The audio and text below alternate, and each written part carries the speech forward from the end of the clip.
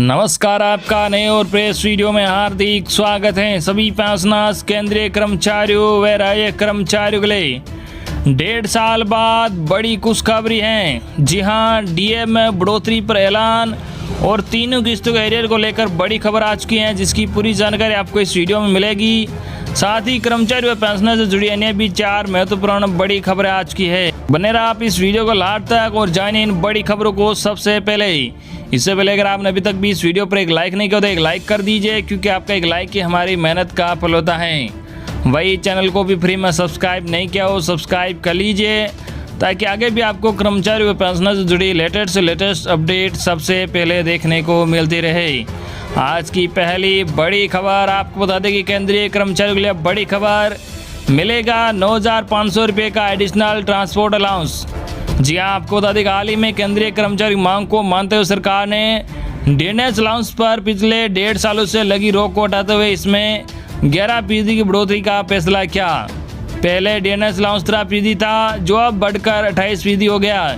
इसे 1 जुलाई 2021 से लागू किया गया है। डीएनएस अलाउंस में बढ़ोतरी का सीधा असर ट्रांसपोर्ट अलाउंस पर भी होगा और इसमें भी उछाल आएगा। केंद्रीय कर्मचारी के लिए ट्रांसपोर्ट अलाउंस अलग अलग लेवल के लिए अलग अलग शहरों के आधार पर अलग अलग हैं। दिल्ली, अहमदाबाद, बेंगलुरु, गाजियाबाद, ग्रेटर मुंबई, हैदराबाद, जयपुर, पटना जैसे शहर हाई टीपीटीए कैटेगरी के अंतर्गत आते हैं। इसके अलावा बाकी शहर अदर सिटीज़ के अंतर्गत आते हैं। अलग अलग लेवल के कर्मचारियों के लिए टीपीटीए फिक्स किया जाता है, जिस पर महंगा भत्ता जोड़कर किसी एम्प्लॉयज़ के लिए ट्रांसपोर्ट अलाउंस कैलकुलेट किया जाता है।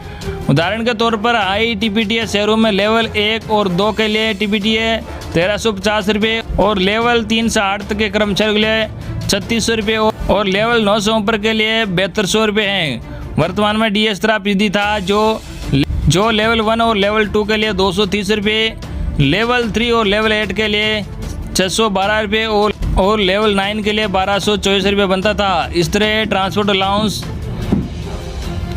टोटल ट्रांसपोर्ट अलाउंस 1580 रुपये, 4212 रुपये और 8424 रुपये बन रहा था। अब कितना मिलेगा ट्रांसपोर्ट अलाउंस? जी आपको बता दें, डीएनएस अलाउंस से 28% हो जाने पर टोटल ट्रेवल अलाउंस 1328 रुपये, 4608 रुपये और 9216 रुपये बनता है। इस तरह ट्रेवल अलाउंस में मंथली आधार पर 149 रुपये, 396 रुपये और 792 रुपये का उछाल आया है।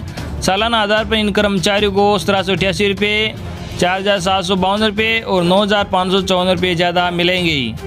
डीएनएस अलाउंस 13% था, जो अब बढ़कर 28% हो गया। अदर सिटीज़ के लिए टीपीटीए कितना है? इस तरह अदर सिटीज़ के लिए लेवल 1 और 2 के लिए टीपीटीए 900 रुपये हैं, लेवल 3 और 8 के लिए 1800 रुपये हैं और लेवल 9 और उसके ऊपर के लेवल के कर्मचारियों के लिए ये 3600 रुपये है। वर्तमान में 17% दर से डीए ऑन टीए 153 रुपये, 356 रुपये और 612 रुपये बनता है। इस तरह ट्रेवल अलाउंस 1053 रुपये, 2106 रुपये और 4212 रुपये बनता था।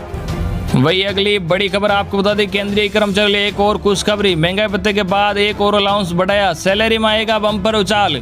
जी आपको बता दें कि केंद्र सरकार ने अपने कर्मचारियों पर मेहरबान है। मोदी सरकार ने केंद्रीय कर्मचारियों एक और गिफ्ट दिया है। सरकार ने हाल ही में महंगाई भत्ता बढ़ाया था, लेकिन अब सरकार की तरफ से केंद्रीय कर्मचारी का हाउस रेंट अलाउंस को भी रिवाइज कर दिया गया है।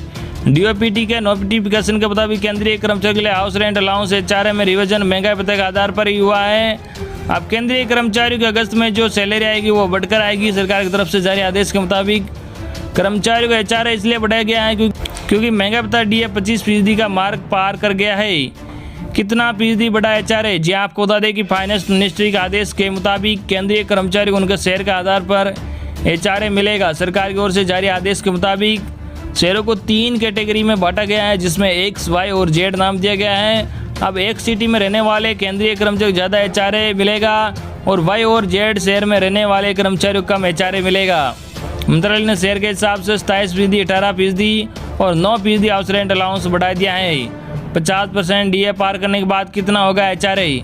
जी आपको बता दें, सरकार की ओर से जारी आदेश के मुताबिक एक्स, वाई और जेड शहरों के लिए हाउस रेंट अलाउंस की दर से क्रम से 5400 रुपये, 3600 रुपये और 1800 रुपये कम नहीं हो सकती हैं। आदेश के मुताबिक अगर महंगाई भत्ता 25% को पार कर जाए तो हाउस रेंट अलाउंस की दर को बढ़ाकर 27%, 18% और 9% तय कर दिया जाएगा। इतना ही नहीं, जब महंगाई भत्ता 50% से पार हो जाएगा तो एचआरए एक्स, वाई और जेड शहरों के लिए क्रम से 30%, 20% और 10% कर दिया जाएगा। क्या है एक्स, वाई और जेड कैटेगरी? जी आपको बता दें, एक्स कैटेगरी सबसे ऊपर और बड़ी कैटेगरी मानी जाती है। इसमें 50 लाख से ऊपर की आबादी वाले शहर आते हैं। यहाँ जो केंद्रीय कर्मचारी काम कर रहे हैं उन्हें अब 27% एचआरए मिलेगा। एस कैटेगरी में वे शहर आते हैं जिनकी आबादी 5 से 50 लाख तक है। वही जेड कैटेगरी में वे शहर आते हैं जहाँ लोगों की आबादी 5 लाख तक हो सकती है। इसमें ध्यान देने वाली बात यह है कि अगर किसी शहर की आबादी बढ़ती है उसके साथ कैटेगरी अपग्रेडेशन भी होता है, यानी अगर किसी शहर में आबादी 5 लाख से बढ़ गई है तो वह शहर जेड कैटेगरी की जगह वाई कैटेगरी में आ जाएगा और वहाँ रहने वाले केंद्रीय कर्मचारी 9% की जगह 18% एचआरए मिलेगा। वही अगली बड़ी खबर आपको बता दें, उत्तराखंड में कर्मचारी को डीए देने की तैयारी। जानिए महंगाई भत्ते का कितना फीसदी मिलेगा लाभ। जी हाँ, आपको बता दें प्रदेश के 2.5 लाख से ज़्यादा कर्मचारियों के लिए अच्छी खबर है। केंद्र सरकार के डीए देने के फैसले के बाद राज्य सरकार भी महंगाई भत्ता देने की तैयारी कर रही है। वित्त सचिव अमित नेगी ने कहा कि केंद्र सरकार की अधिसूचना जारी होने की प्रतीक्षा की जा रही है। इसके बाद राज्य भी आगे कार्रवाई शुरू करेगा। राज्य के करीब 2.5 लाख कर्मचारी बेसब्री से सरकार के फैसले का इंतजार कर रहे हैं। सरकारी महकमों और स्कूलों के 2.25 लाख शिक्षक कर्मचारियों के साथ 50,000 से ज़्यादा कर्मचारी विभिन्न निगम, आयोग और परिषदों में कार्यरत है। 11% डीए बढ़ने पर कर्मचारियों को मासिक वेतन में 20,000 तक की बढ़ोतरी होगी। 14 जुलाई को केंद्र सरकार ने 1.5 साल से स्थगित डीए और डीआर को बहाल कर दिया है। डीए बढ़ने से कर्मचारियों को 2,000 से 20,000 तक का लाभ होगा। जी आपको बता दें, फ्रीज किए गए महंगाई भत्ते का लाभ मिलने से कर्मचारी को हर महीने वेतन में 1980 रुपये से लेकर 20,000 रुपये से अधिक तक का लाभ होगा। यदि सरकार एरियर का भुगतान करती है तो यही लाभ लाखों में जा सकता है। केंद्र सरकार ने फ्रीज डीए बहाल तो क्या है, लेकिन एरियर नहीं दिया। अभी तक कर्मचारी को बेसिक पर 17% डीए का लाभ मिल रहा है। फ्रीज डीए बहाल होने पर केंद्र सरकार की तरफ से यदि डीए मिलता है तो यही लाभ 28% हो जाएगा। वही अगली बड़ी खबर आपको बता दें, केंद्रीय कर्मचारी की मौत के बाद पेंशन का बदला नियम, परिवार को मिलेगी राहत। जी हाँ, आपको बता दें कि बीते कुछ महीनों से लगातार सरकार केंद्रीय कर्मचारी हित में अलग अलग कदम उठा रही है। सरकार की ओर हर संभव कोशिश की जा रही है कि सभी कर्मचारियों को ज़्यादा से ज़्यादा सुविधाएं और नियमों से होने वाली इस परेशानियों से राहत मिल सके। ऐसी ही एक खबर फिर से सामने आई है जिसका सीधा ताल्लुक केंद्रीय कर्मचारियों की पेंशन से है। दरअसल इस बार केंद्र सरकार ने कर्मचारियों के परिवारों को ध्यान में रखते हुए पेंशन नियमों में कुछ महत्वपूर्ण बदलाव भी किए हैं, जिसके तहत सरकारी कर्मचारियों के परिवार को आखिरी भुगतान के 50% पेंशन का अधिकार प्राप्त करने के लिए 7 साल की न्यूनतम सेवा की आवश्यक शर्त को खत्म कर दिया गया है।